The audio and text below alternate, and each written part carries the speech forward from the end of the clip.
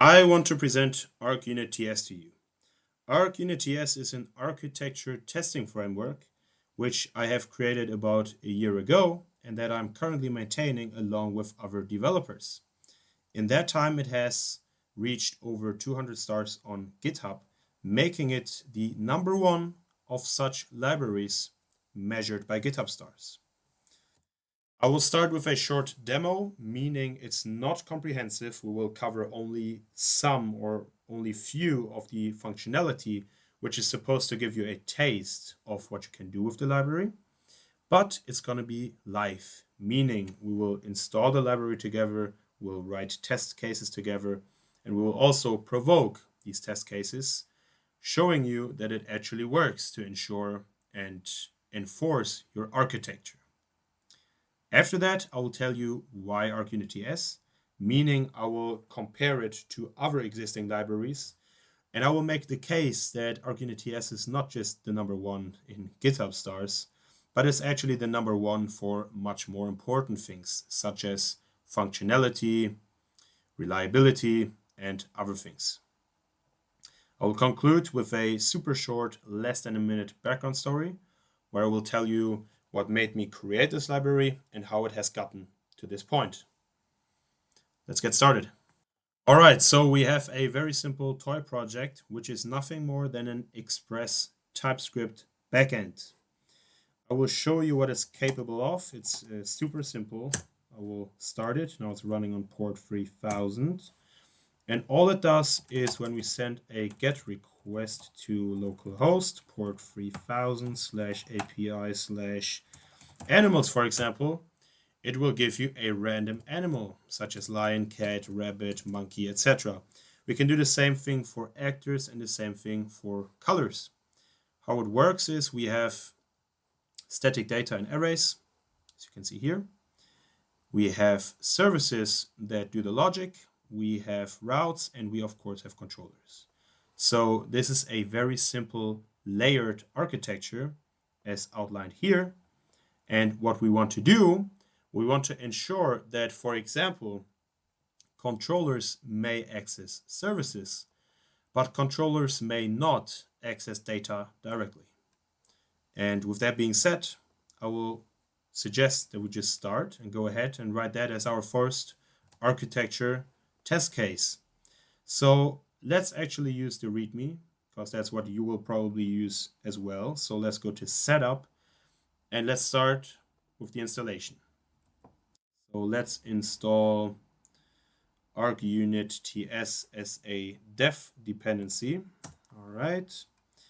And while it is installing, you can see when you're using Jest, that's all you need to do, you're ready to go. When you're using vtest, which we are, there's only one thing you need to make sure. You need to go into your vtest config and you need to make sure that you have this line. Globals needs to be set to true. So let's have a look, and that is satisfied already, meaning we are ready to go. Perfect. So what I will do first is I will create a tests directory, and in there I will create an architecture spec file. Right, and I will start with importing basic vtest stuff. Great, and now let's go ahead and let's just call this test group architecture. All right, now within this big test group, I want another test group which is about layered architecture, and we will start with our first test case, which I have said before. We do not want dependencies from controllers to data. That is not allowed. So we will say it should not have dependencies from controllers to data. Perfect. Now what we need to do next, we will use project files, and VS Code does not allow me to import it directly, so I have to do it this way. Project files from ArchUnit. Perfect. Now we will use this to define a rule. So const rule equals project files. And now the nice thing about ArchUnitTS is the syntax or the API is created in a way that you basically have a natural language syntax. It's like a natural language sentence. We will say project files in folder, source controllers, and we use glob syntax.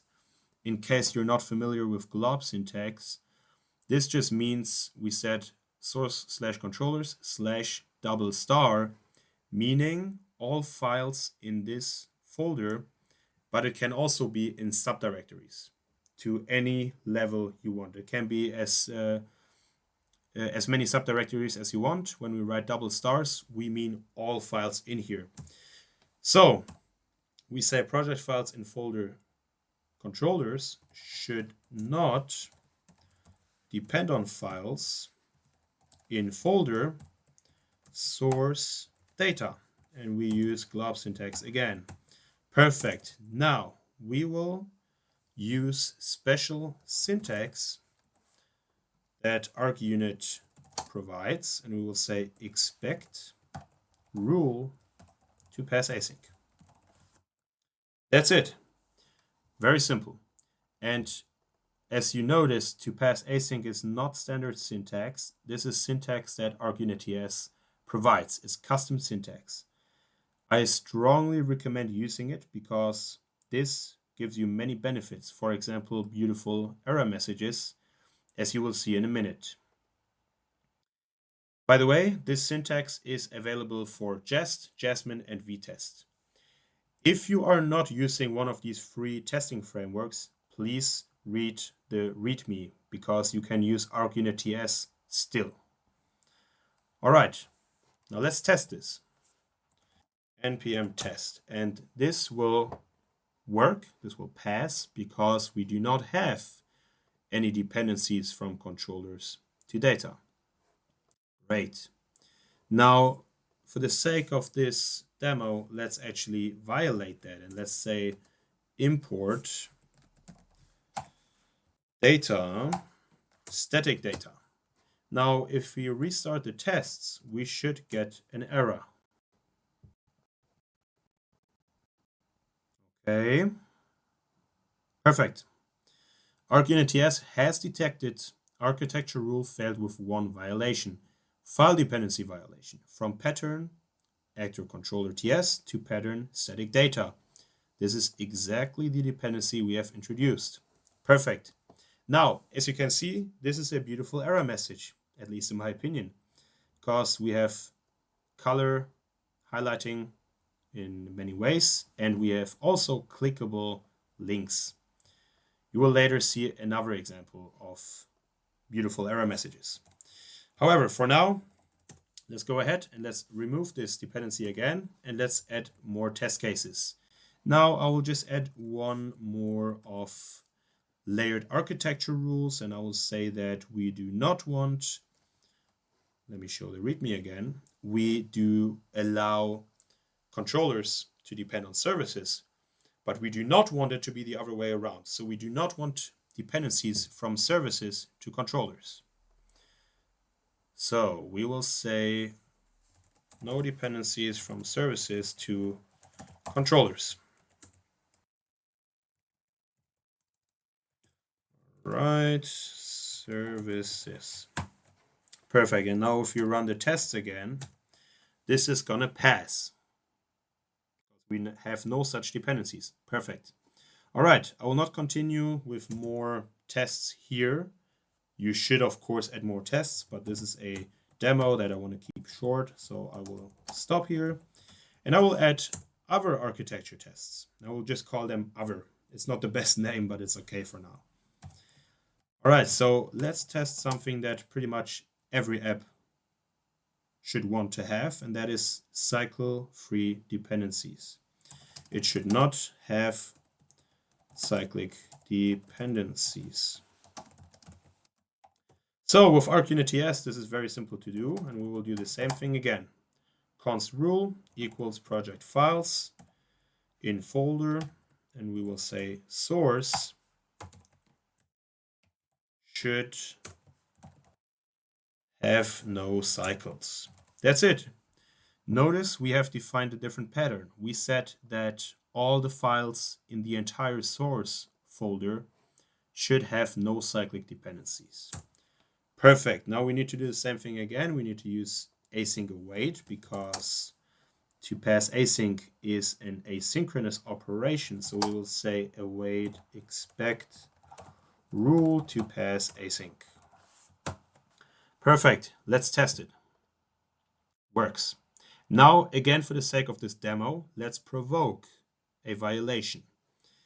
And I will do it here. We have actor controller depending on actor service, which is totally fine. So let's go ahead into the actor service and let's create a dependency back into actor controller, because then we would have a cycle with two edges, a very simple cycle.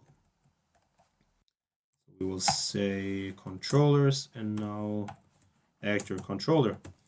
Now we will need to restart the tests and we should get a violation. Perfect. And as you can see, this is again a beautiful error message because it even shows you this cycle. As you can see, we have this node, which has an edge to this node, which again has an edge to this node. And this is the same node as the beginning node, which is a cycle. And this is also exactly the cycle that we have provoked. Perfect. Now, if you paid attention, there is a second violation. That is because when we introduced this dependency, we actually violated another architectural rule because we now have a dependency from service to controller. So service up to controller, which is of course not allowed, and we have defined this rule here. So ArchUnitTS has totally correctly detected two violations. All right, now let's remove this again and let's see that everything works. All tests pass. Perfect. All right, I will stop here. There is a lot more functionality in ArchUnitTS, but I will not cover it in this demo. Instead, I will glimpse over the README and I will just show some of the functionality very, very briefly. All right, so we go to features. Circular dependencies, we have seen that. Layer dependencies, we have seen that. You can also enforce naming conventions. You can say all the files in source services, they should adhere to the naming convention blah blah blah minus service.ts. You can define Pascal case rules with regex and many more. Now, a very interesting thing is code metrics, because this is something that only ArchUnitTS allows. So what this is a different domain. We use metrics, not project files. And with metrics, you can make a lot of tests regarding things like lines of code or cohesion. We use lack of cohesion of methods. It's a very interesting metric too. Or count of methods, count of statements, classes matching a certain pattern, fields counts, etc. Or coupling factor, distance from main sequence, as Robert Martin proposed. So there is really a lot of metrics that we allow to make your tests with. And you can even define your own custom metrics, as you can see here. You can do crazy things like ratio of methods to fields, which I don't think is really useful. But the point is, you can do whatever you want here. You can define your own custom metrics. Same goes for custom rules. You can also define your custom rules. And these two things, custom rules and custom metrics, are again something that only ArchUnitTS provides. Now we support many more things such as architecture slices or reports, which are still in beta, and a lot of more stuff. Now, with that being said, let's go back to the PowerPoint and let's have a look at why ArchUnitTS. So there is a comprehensive table in the README that you should have a look at, but for now, for this video, I will only talk about the most important things. In my opinion, the most important things. So empty test protection is in my opinion, a highly important thing. And I will present to you what this means. So let's go back to our spec file and let's delete all the tests except the first. So suppose a developer would have made a mistake here and he would have not written source data, but only data or date, for example. Whatever, he has a typo or he forgot part of the full path, so there is a mistake here. What would happen in other libraries is the test would pass. Why? Because the logic is very simple. It says all the project files in controllers should not depend on files in this directory. This directory does not exist. Therefore, it should not depend on files that don't even exist. So we're good. There are no dependencies, obviously. We're good. But we're not actually good. Because if we would do some refactoring in the app and we would introduce a dependency from controllers to data, the test would not catch that. And that's very bad. However, with ArchUnitTS, we do actually catch that. And let me show you. We do catch it because we detect an empty test. We say no files found matching the specified patterns, which is this, which is the glob syntax translated internally into a regex. Meaning, we will catch that case. Typos or other errors will not introduce errors to your app, to your refactoring process, etc.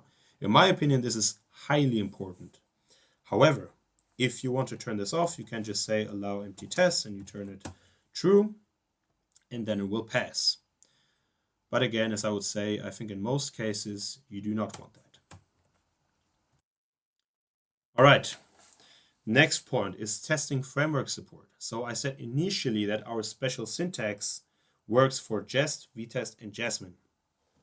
Now, most other libraries do not have any special syntax support at all. There is only one library that does, and that is TSArch. And TSArch only supports Jest, meaning ArchUnitTS supports all the big three. TSArch supports only one, and all the other libraries don't support any. So this is a clear advantage again.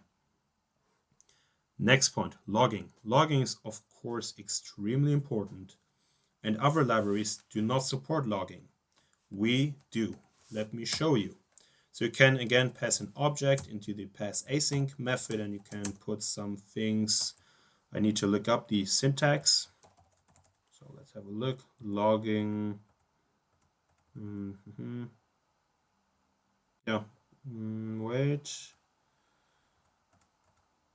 Yeah, I want this. Perfect. Let's paste this in. Okay, this is one too much. Great. So as you will see now, we will have logs, and I set logs enabled, and I set the logs level to debug, meaning we have a lot of logs, as you can see here. And we actually even have too many logs. So I also said log file true because the terminal is not enough to inspect them. So we wrote them into a log file. As you can see, it's very detailed. It starts with what tsconfig JSON it found. This is a recursive discovery process and it can fail. So it's very, very good to have logs. It also shows you which compiler options it found. It shows you which paths, which imports it found, and many, many, many, many more things. And if you ever run into problems, logs are worth gold. And with the fact that you can write it into a dedicated log file, this also means that you can add them as an artifact that you want to be saved in your CI/CD pipeline, meaning you can also inspect very thoroughly if anything goes wrong in your pipeline. Great. Next point is code metrics. I have shown you that already. ArchUnitTS is the only library supporting that. Intelligent error messages is again a case where only ArchUnitTS supports this. Custom rules, same story, and HTML reports, although it is in beta, same story. And again, a reminder, if you want to see a comprehensive list, please have a look at the README. We have a detailed library comparison. Great. Now, the 1-minute story of how I got to creating ArchUnitTS is actually very simple. When I was a consultant, that was about a year ago, we had the need for such a library in a project that I was working in. And I, of course, knew ArchUnit, but ArchUnit is only for Java projects. So I was looking for an alternative for TypeScript projects, but I couldn't find any that were satisfying. For example, I was missing the empty test violation logic or other features that I've just shown you. So I just thought this is a great opportunity actually to just create this library myself. So I did that. And over the time of a year, it has become a very popular library, and again, the #1 by GitHub stars. And I'm actually not the only one maintaining it anymore. Last thing I want to say is tests make your app evolvable. This is true for code level as well as architecture level. So let me make the case on the code level very briefly. If you have a class, for example, that was written 2 years ago and nobody has touched it since 2 years, you are scared of changing anything in that class because many other files, methods, classes might depend on this class. And if you mess up a tiny thing that you will not notice in manual testing, you may only notice in production, which is very bad. So you are scared to make any changes to that old code, meaning your app is not evolvable. However, that is of course a different story if you have good test suites. If you have comprehensive unit tests, meaningful unit tests, integration tests, and maybe even end-to-end tests, then that's a totally different story. Because if your tests are good and you mess something up in the refactoring, then your tests will tell you. So tests make your app evolvable. You're not scared of touching old code anymore. And the same thing is true for architecture. If you want your architecture to be evolvable, you need architecture tests. They're also called fitness functions. And ArchUnit is an amazing choice for Java projects. And if you're in a TypeScript project, I highly recommend using ArchUnitTS.